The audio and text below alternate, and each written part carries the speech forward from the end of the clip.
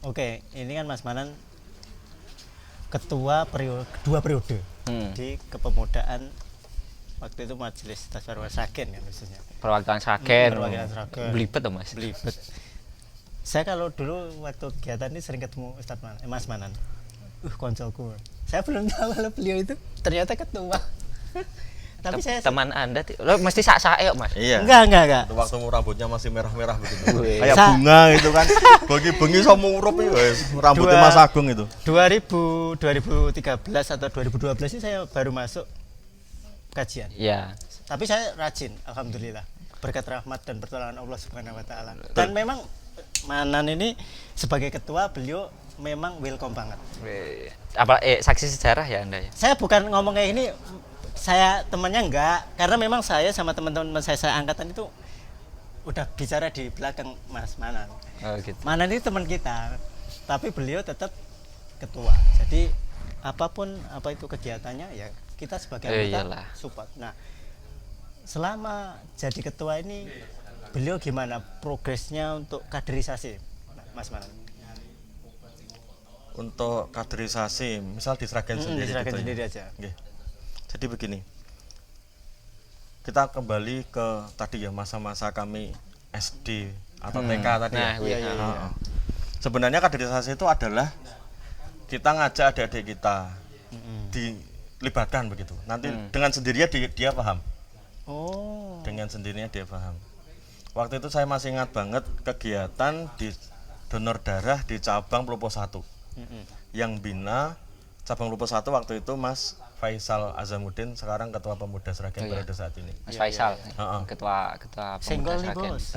Tadirannya mana tadi? Nah, itu waktu itu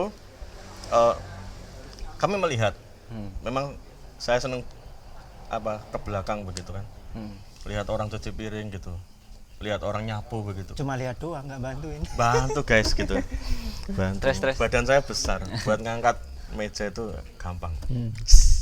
Enggak, maksudnya waktu itu ke belakang saya lihat adik-adik gitu. Ikut bantu. Jadi adik-adik mulai SD usia TPA itu sudah dilibatkan di kegiatan. Bentuk kaderisasinya itu. Salah satunya yang sekarang mungkin sudah SMP ya atau SMA begitu, SMP mungkin begitu. Kemudian saya lihat lagi di POR 2016 waktu itu di cabang Pilang sepak bola. Oh iya. Itu yang jadi hakim yang jadi apa? Anak bola. Anak bola gitu kan. Itu kan ada TPA Iya, ya gitu. Diseragami begitu kan. Jadi mereka tuh muncul giroh gitu loh. Kayak kita tadi mau sekolah sudah ditujukan sekolahnya yang mana gitu. Nah, adik-adik pun juga seperti itu. TK kemudian TPA begitu kan. Kita tunjukkan kamu itu adalah kader pemuda MTA, sehingga nanti mereka tuh mau kemana itu wis paham begitu. Ini rumahku gitu.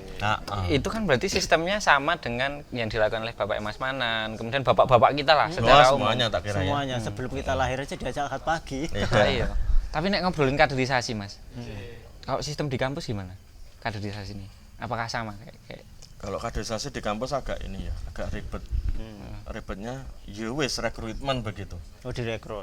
Tapi memang sebelum itu sudah dikasih dasar-dasarnya dulu. Misal waktu mahasiswa baru masuk gitu kan.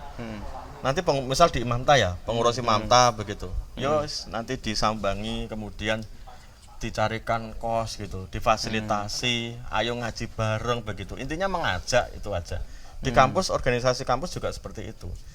Kegiatan, ada pengajian gitu kan, nanti diajak gitu. Kemudian ada bukaan rekrutmen, nanti dibuatin acara gitu. Jadi memang dikasih hal yang menarik kepada mereka. Berarti memang ya Mas, sebenarnya sistemnya nek saya lihat loh, ya sama. Cuman kan sama-sama menghadirkan gitu loh. Di hadapannya bahwa ini loh kalau kamu di sini itu bakal baik. Kan sebenarnya seperti itu ya. Iya. Gitu. Nek real untuk kita yang ada di pemuda, nek bicara kaderisasi Mas Agung. Gimana Mas? Apa mau sekedar ya kayak tadi ngajak gitu. Cara sederhana gitu. Kalau ngajak itu kan istilahnya pemuda secara anggota ya. Jadi adik-adik TPA nanti kamu kalau sudah sampai masuk ke pemuda kan secara anggota. Ya. Lah secara kepengurusan itu nanti dilibatkan lebih dalam, masukkan ke panitia. Satu. Kalau ada kegiatan libatkan masukkan panitia. Kemudian yang kedua itu nanti dimasukkan ke struktur yang nomor 2, struktur organisasi yang nomor 2. Misal pengurus wilayah 3, ketua 1, cari yang ini usia matang. Kalau di kita kan ini ya 20 sampai 30 begitulah. Ya. Ya saya 25. Ya wes. Ngono ya. Ya, diiyakan aja. Piye Yes, memang sulit. Ya, Terus lanjut, Mas. Oke, kemudian di ketua 2 nanti taruh yang muda. Kalau perlu lulusan SMA atau yang baru kuliah. Oh, memang begitu. Iya, Cara kita harus cara berani. mainnya. Kita harus berani. Berani naruh adik-adik. Satu berani, yang kedua adalah percaya. Memberi kepercayaan itu. kepada mereka. Adik-adik Anda dikasih kepercayaan. Nggih. Misal begini, terus kemudian saya masih ingat nggih, di beberapa kegiatan waktu itu donor darah juga. Gemolong 3 ya itu. Ketuanya Mas siapa? Jenenge mah padha karo anakku. Hamam ya. Hamam. Waktu itu masih 19 tahun. Jadi pemuda Sragen itu ketua apa itu? Panitia itu sering dipegang oleh Anak-anak muda. di bawah 20. Oh, justru Gitu. malah Heeh. berarti usia-usia lulus SMA, usia SMA Iya, gitu. kasih kepercayaan gitu loh. Biar mereka merasakan jadi panitia kayak apa gitu. Kemudian mas-masnya yang jadi SC, steering committee. Ya, Kan begitu. steering committee. Tetap backup, ada apa-apa backup. Gitu. Tapi setidaknya ada langkah untuk memberi kepercayaan kepada mereka. Kepercayaan. Kemudian ini gerak terus itu mencari begitu. Itu dari sisi kepekadran pengurus ya. Yang potensi siapa gitu. Nanti istilahnya penyaringan, dimasukkan ke panitiaan, ikut nyapu dan sebagainya. Nanti akan muncul itu. Yang nampak ke permukaan itu akan muncul. Nah, itu nanti masukkan ke pengurus. Gitu. Kan problem pemuda sekarang itu kayak di gelombang-gelombang itu masih banyak majelis yang cabang yang tidak punya gelombang pemuda, gelombang remaja. Padahal orang tuanya juga ikut ngaji dan lain sebagainya. Kayak gitu loh. Enggak, girohnya itu enggak kayak Mas Manan tadi loh. Bapaknya ikut ngaji tapi anaknya itu terkadang malah Yo, ini yang jelas pelajaran untuk kita semuanya sih. iya, termasuk kita. Saya itu ini pernah salah satu pimpinan cabang ini menyampaikan ke kami, Mas, aku yang cabang bapak-bapak tak ngenek, Pak, anak mungkin ora untuk sekolah jenengan bingung banget gitu. Misal SMP, lulus SMP, SMA kemana itu kalau belum dapat sekolah galau sekali. Iya, galau lah. Tapi nek anakmu kuwi ora ngaji, ngopo kok kowe ra galau? Sampai digitukan gitu. Itu saking gregetnya pimpinan cabang untuk mengkader warganya. Tapi sebenarnya kuwi analogi yang pas banget loh. Iya, memang Iya. dari intern kita. Dan sangat mudah dipahami gitu. Deep banget, harusnya ngena banget sih itu. Ya pesan buat generasi muda sih teman-teman, jangan sampai kita kehilangan generasi penerus. Itu sih yang jelas. Terus ini juga kesan asiknya itu dimunculkan gitu kan. Bener. Kesan asiknya dimunculkan. Pemuda ini asik loh, gayeng gitu. Nah, makanya kan banyak ya kadang-kadang dulu Mas Widodo gitu kan yang sekarang jadi sekretaris 1 Mondokan 2. Mondokan 3 ya. Mondokan 3, Mas Widodo. Itu kan dulu Korwil 1 ya. Kemudian Mas Widodo pernah cerita, Mas, salah satu cabang itu toh.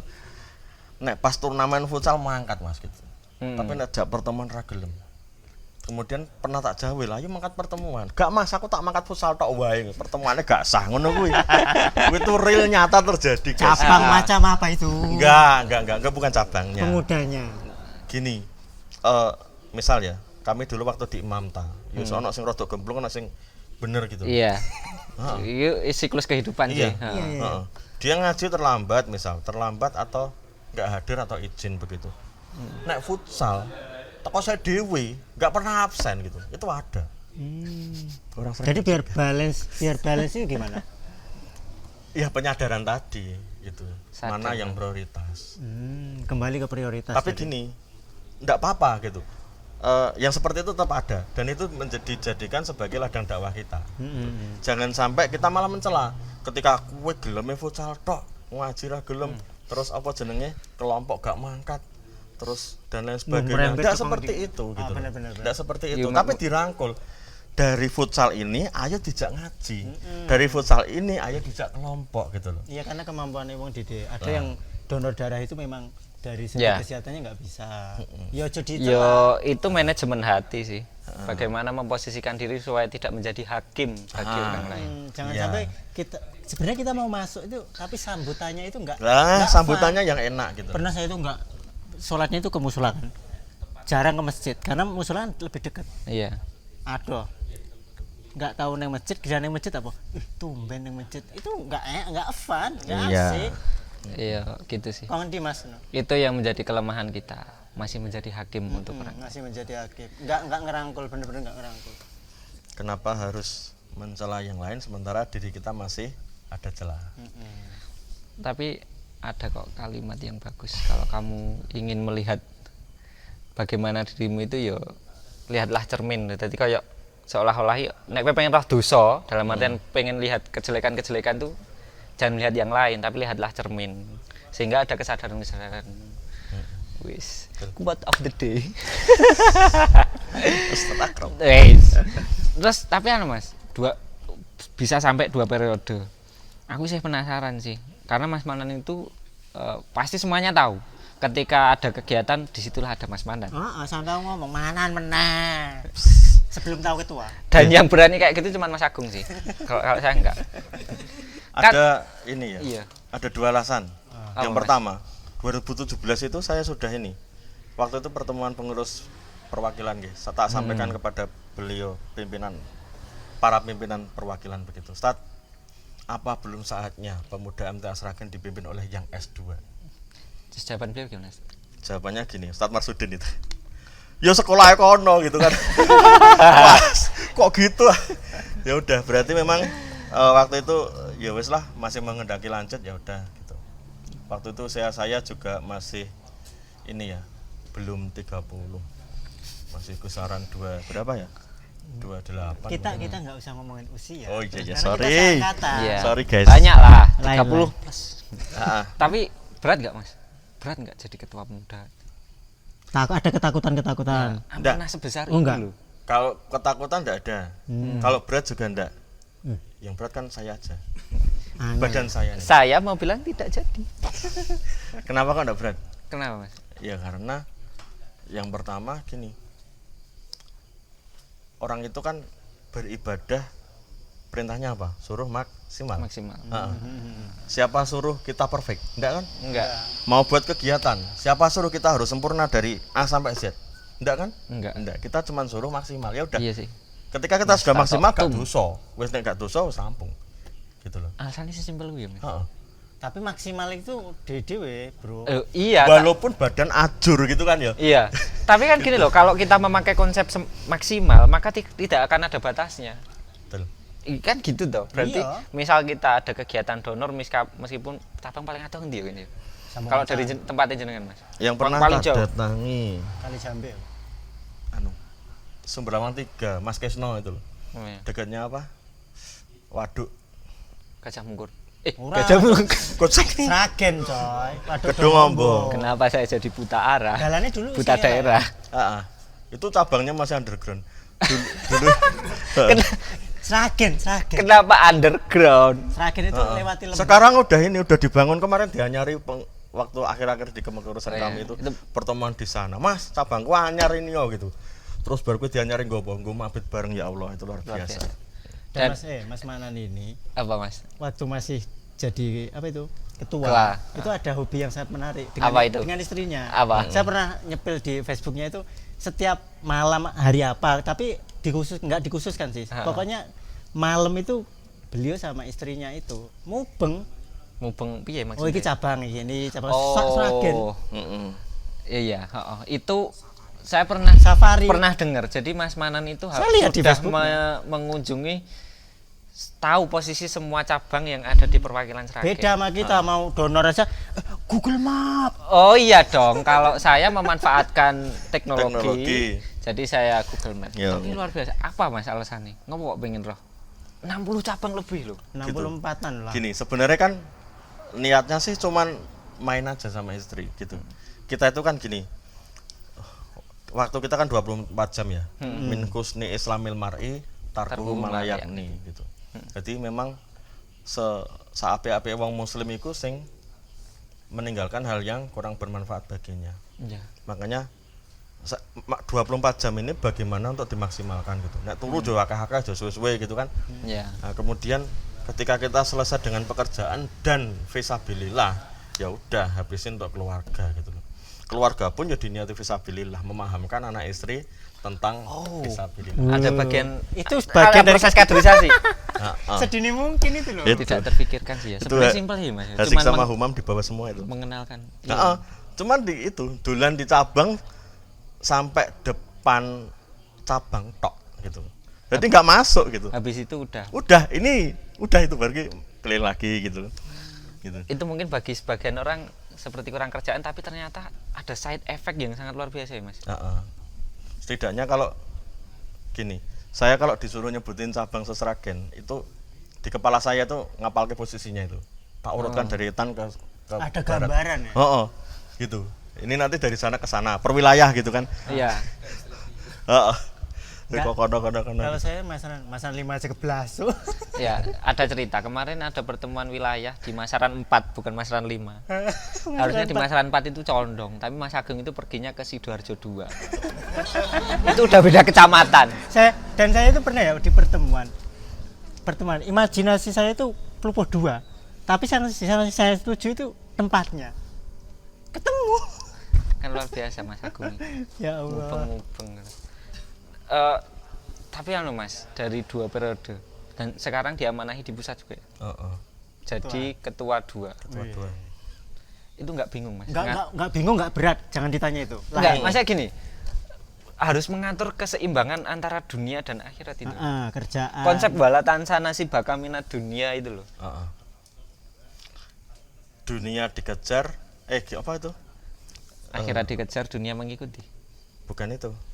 Walatan sana sibaka. Dunia di hatimu. Artinya lengkap. Aku lupa. Dan jangan kamu lupakan bagianmu di dunia. Kejarlah akhirat. Apa yang awal sebelum itu? Buka wae. Ono kata. Tapi intinya begini. Dunia ki diutamakan, akhirat ojo mbok lalekke. Iya. 2 kalimat itu jangan dipahami separuh begitu loh. Jangan dipahami 1 kalimat tok gitu loh. Dunia dikejar, akhirat dikejar, dunia dilupakan. Itu namanya berarti gak pas kan? Suruhnya kan dunia jangan dilupakan, ojo mbok lalek kayak gitu, ojo sampai lali. Ada kata jangannya. Gitu loh. Bahkan dulu sahabat ada yang itu tuh dapat teguran karena apa? Ibadah. Fokus ibadah aja. Terus gitu kan. Kemudian Rasulullah menyampaikan, aku ki sholat malam, aku ya turu, aku ki poso lan aku ya buka dan selanjutnya. Jadi memang pertengahan. Tapi itu kalau dibenturkan dengan yakin, harus yakin ya. Tentang yakin atau enggak gitu ya. Soalnya gini loh Mas, jenengan aktif di organisasi, tapi satu sisi harus ada pemasukan menghidupi keluarga, anak dan lain sebagainya. Ngajinya enggak beraturan. Kan masih aktif di perjuangan gitu loh. Itu saya izin sekali pernah itu gara-gara enggak punya uang. Gak apa-apa ya. Gak apa-apa. Justru ini gini loh Mas. Itu biar menjadi inspirasi dari teman-teman yang lain bahwa apapun yang terjadi, Islam harus tetap ditegakkan, dakwah harus tetap jalan gitu. Ya itu infiru kifafah masih sekolah gitu. Jadi sempit dan longgar kudu tetap mangkat gitu. Tapi saya pernah sekali tidak berangkat. Jadi gini, diawali dulu ya. Dari kita memilih calon istri. Ya. Itu visi misi di situ. Waktu itu tak tanyakan, Mbak gitu, saya panggilnya Mbak karena belum resmi. Ke calon. Mbak, iya, Mbak istrinya Mas Manan. Itu istri orang ya?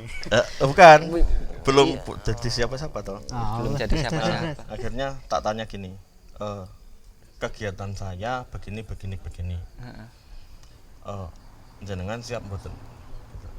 Sebenarnya kunci saya di situ. Nek situ ndak siap ya udah selesai. Gitu. Tapi waktu itu istri jawab gini, saya memang menginginkan suami seorang pengurus atau yang aktif di kemajelisan.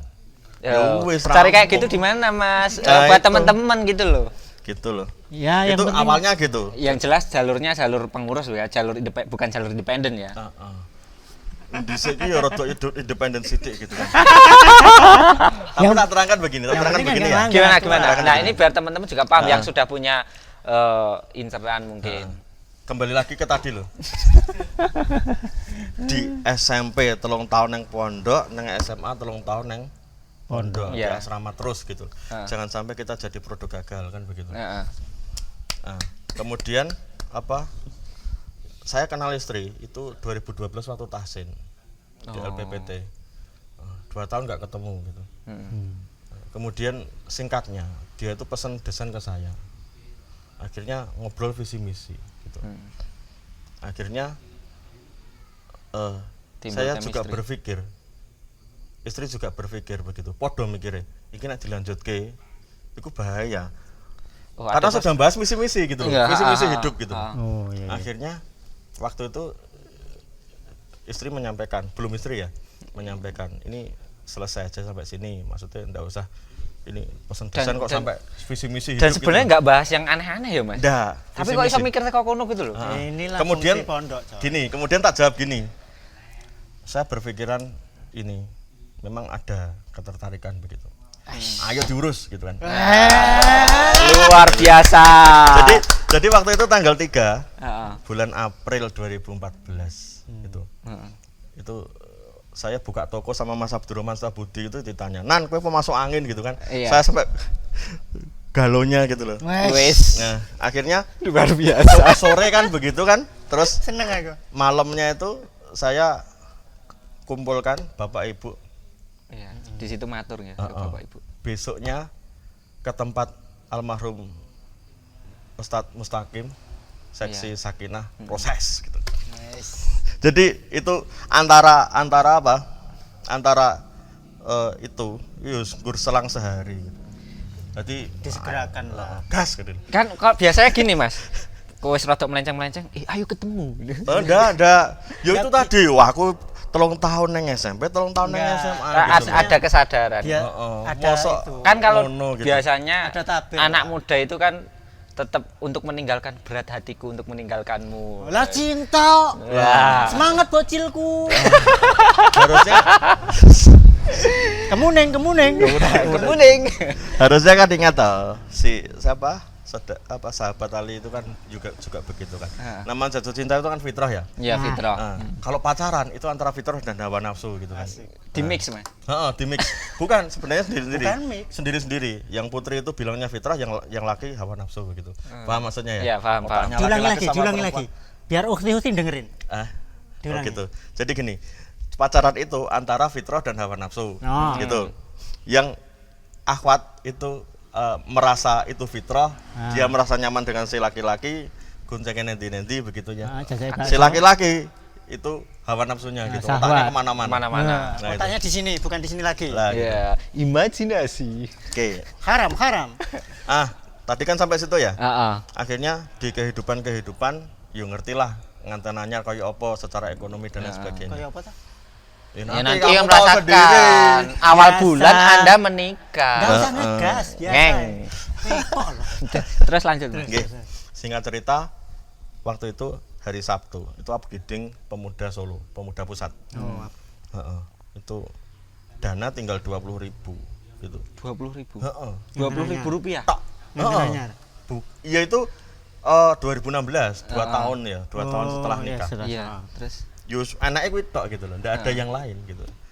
Saya diskusi sama istri, aku mangkat upgrading, opo kita mangkat ahad pagi, pilihannya itu. Itu bareng ya? Dalam suasana. Bukan, Sabtunya upgrading. Oh gitu, pilihannya ahad pagi. Pilihannya luar biasa, upgrading. Dan itu penting semua ya. Sama ahad pagi. Terus gimana? Dari 20.000 bakso. Makanya tak bilang tadi aku bolos kegiatan itu. Bolos upgrading itu. Karena sidangnya aku milih ahad pagi, habis itu dapat rezeki. Alhamdulillah, Masya Allah. Saya lupa itu datang dari mana, saya lupa. Tapi gitu ya. Berarti konsep bahwa intan surullah ayan surkum. Nah, keyakinan itu. Keyakinan konsep itu. Keyakinan gitu loh, Mas. Iso los ngono kuwi lho. Gimana ya? Orang kalau nggak nyemplung kan nggak tahu. Dalamnya kayak apa? Bahasanya. Kita tahu rasanya sedekah ketika uang sudah keluar. Kita tahu dapur posisi di mana kalau kita sudah masuk di ruang tamu dulu. Nggak mungkin kita neng ngarepan omah ngerti dapur di belakang gitu loh. Jadi harus nyemplung gitu. Dan pernah, maksudnya itu bukan sering ngalam sih, maksudnya cuman sekali itu apa beberapa kali mas? Nah, kalau mau boleh jujur ya sering gitu. Enggak yang Tapi kan gini, kita tuh kan punya ini ya, istilahnya apa ya, perwira. Dan tetap yakin ya. Heeh. Perwira itu gini, pahiting urip ini bukan pahit, sebenarnya itu bahagia sih. Tinggal Bahagia. bagaimana yang merasakan. Gitu sebenarnya bahagia. Hanya memang ya rodok sulit lah gitu. Itu cukup kita dan Allah aja. Jangan sampai kita itu salah akidah ya, salah pemikiran begitu. Nek pas pahit, kemudian jaga nih siapa? Orang tua. Bilangnya kepada orang tua atau yang lain. Itu nek bagi saya kurang tepat. Ya bilang sama siapa? Ya minta sama Allah, nanti dikasih. Luar biasa sih. Yang saya salut tadi loh. Dalam keadaan seperti itu pilihannya masih positif. Iya, masih berpikir itu loh. Saya speechless. Lah gimana lah Bang? Ya memang itu pilihan. Itu bisa saya yakin itu. Tak kira mau 20.000 itu ini akad pagi atau tuku bakso. Dan tapi sebenarnya ditarik di kisah sahabat kemudian Nabi itu luar biasa. Isinya kan tauhid kabeh. Iya, kita nggak ada apa-apanya sama mereka kan gitu. Tapi kan kiblat kita mereka gitu loh. Iya, para sahabat. Dan ternyata jenengan praktekkan itu terbukti. Nggih, terbukti. Awake dhewe manten anyar, aduh. Awake dhewe lo aja kali mah belum. Betul. Tapi iso seenteng kuwi lho. Dengan uang segitu tetap dan habis itu dapat rezeki. Aku sih. Kalau boleh jujur itu berlangsung berkali-kali. Gitu. Tapi nggak sampai bolos. Iya. Yang lain ngepres tapi nggak sampai begitu gitu. Allah Tapi itu memang wis. terkadang nolong itu di detik-detik akhir ya. Gini, kalau orang itu kan punya masalah atau punya ini ya, solusinya salah satunya kan istighfar. Gitu. Iya. Istighfar itu membuka solusi. Gitu. Astagfirullah. Bahkan Rasulullah pun istighfar. Iya, orang nggak pernah dosa, maksum aja istighfarnya banyak gitu. Apalagi Itu sebenarnya kan juga kurang pas. Nek butuh wae istighfar, nek ora. Nah itu seperti gini, kalau lagi seneng kita kayak orang nggak punya agama, tapi pas susah. Iya, jadi ini. Meninggalkan agama. Ya semaksimalnya makanya waktu-waktu lah apa ini ya. Sebenarnya kalau orang dibilang sehari kita berapa menit kita ibadah, itu di full kan juga bisa kok gitu. 24 jam. Kalau memang semuanya on the track. Jenengan mau tidur ya, mau tidur doa dulu, gitu kan. Takut nggak bisa bangun witir dulu. Itu nanti kan tidurnya jadi ibadah, gitu loh. Mau kerja ya ta, mau kerja. Kemudian di sana ada nahi mungkar, mau ditegakkan, kan juga ibadah juga gitu loh. Jadi ibadah itu nggak sekedar sholat, nggak sekedar puasa, nggak sekedar fisabilillah. Wa mahyaya lillah. Lah, saya nangkepnya dalam kehidupan kita sehari-hari ada ibadah, ada dakwah. Hanya memang begini. Inama amalu biniat itu kan jeru banget ya. Iya. Kalau kita lupa niat justru ada ibadah gitu loh. Jangan sampai lupa niatnya gitu loh. Kalau kita lupa niat nggak jadi ibadah. Masalahnya gini sih, konsep hati itu kan tipis gitu loh. Kalau nggak hati-hati so keblekong ya mas. Betul. Wow. Tapi pernah nggak mas, jenengan mengalami kejenuhan? Kejenuhan dalam sibuk dakwah ini. Dalam kebaikan ini jenuh. Bosan udah di wong soleh. Bosan gitu. Oh gitu. Kan maksudnya gini loh, ya ora ngono juga. Maksudnya futur kan? Iya, futur. Maksudnya gitu. Bahasanya lebih enak futur. Itu upgrading ya. Waktu itu saya ingat sekali. Yang ngisi Ustadz Harto, pimpinan pusat saat ini. Salah satu pimpinan pusat.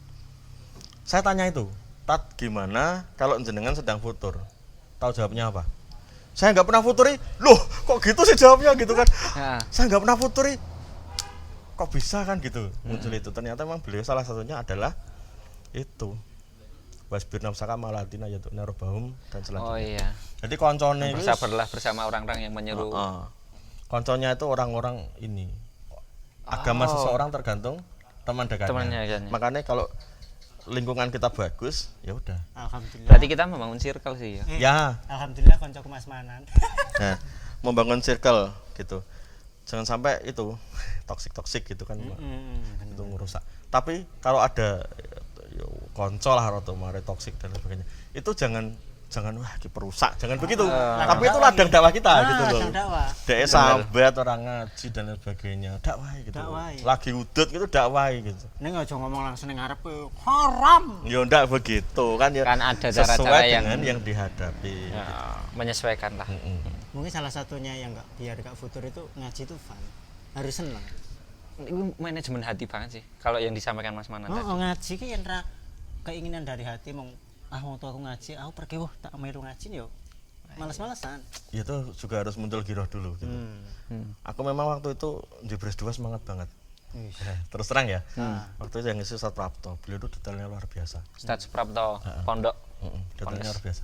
Sampai sekarang saya masih ini ya sering kadang-kadang WA beliau, "Tat, nyuwun rekomendasi kitab sirah yang bagus yang apa gitu kan." Dan selanjutnya. Luar biasa ya. Nanti kalau beliau membahas kepemimpinan itu luar biasa lagi itu. Pemimpinan pemimpin itu enggak ada yang lahir dengan sendirinya, tapi pemimpin itu dibentuk. Kalau sampai sana. Jadi tak kembali ke tadi loh, futur tadi loh. Circle kita tuh memang dibaguskan bener. Orang-orang sekeliling kita. Jadi gini. Muslim satu dan muslim yang lain bagaikan cermin. Ya. Nah, sebisa mungkin cermin itu tidak hanya dari depan. Dari belakang, dari sini dan dari sini. Semua sudut ada. Atas bawah. Artinya apa? Setiap orang itu bisa kita ambil hikmahnya. Bisa untuk bercermin. Pun juga demikian, ketika memang cerminnya itu kotor, ya kita punya kewajiban untuk menghapus. Tawasob bil haq, tawasob bis sabr. Orang malah dikeprui. Orang malah dikepro gitu loh. Sering kan ini ya, itu ya banyak ya kejadian gitu. Kalau ada yang jelek malah dicela gitu loh. Ibarat cermin buat ngaca malah dikepro gitu kan. Ya. Admin lambe turah itu biasanya. Nah, ya. Itu sekarang temannya banyak itu. Lambe turah versi. Saya penasaran Mas. Pasti jenengan punya role model. Sosok pemimpin, pimpinan, sahabat kah? Mungkin siapa? Gini. Waktu itu ini, aku memang punya kebiasaan setiap waktu kuliah. Setiap ada book fair itu aku mesti beli buku. Enggak jajan? Jajannya ya. Tapi kan beli buku itu wis agenda rutin setiap book fair gitu. Di Guru Asalam biasanya kan 3 bulan sekali atau 2 bulan sekali. Dan Guru Asalam sering. Ketika beli itu harus tak gamekan. Itu sampai di UNS seperti itu. Sampai waktu di Sinus aku nginepnya di cabang Cemani itu juga sekitarnya ada toko buku, aku beli. Salah satunya adalah kisah Khulafaur Rasyidin. Gitu. Saya itu ngefans banget sama Umar bin Khattab. Wow. Sampai kadang-kadang caranya beliau jalan itu tak ikuti gitu. Cepet, der gitu kan. Iya sih, Mas Manan nek mlaku main cepet. Kayak dia bisa alon-alon. Nah, kemudian dalam buku tersebut menerangkan begini. Umar bin Khattab itu bagaikan benang pengikat mutiara. Tahu mutiara kan? Tahu. Bagus kan? Bagus. Nah, tahu benang kan? Tahu. Bagus apa jelek? Ya wis ngono kuwi. Ngono tok gitu kan. Wis tak omong apik kok ya mung benang. Nah, kan gitu. Jadi kemudian benang tersebut untuk mengikat mutiara tersebut. Mutiara sini terpecah itu sudah bagus. Apalagi jadi satu. Bagus banget enggak? Bagus banget. Bagus banget. Jadi kalung. Ya, kalau bagikan coro saiki gitu, ustad-ustad sama berkumpul ukhuwah Islamiyah begitu kan. Seperti tayangan keren, kemarin. Kan? Adem lihatnya. Kan? Kemarin waktu Ustadz Syihab sama Ustadz Syihab sama Kiai Halim. Kiai Halim sama Al Ustadz gitu kan. Itu adem banget. Itu loh. Jadi kalau dulu itu sahabat begitu, yang diikat itu sahabat itu. Memang potensi luar biasa diikat.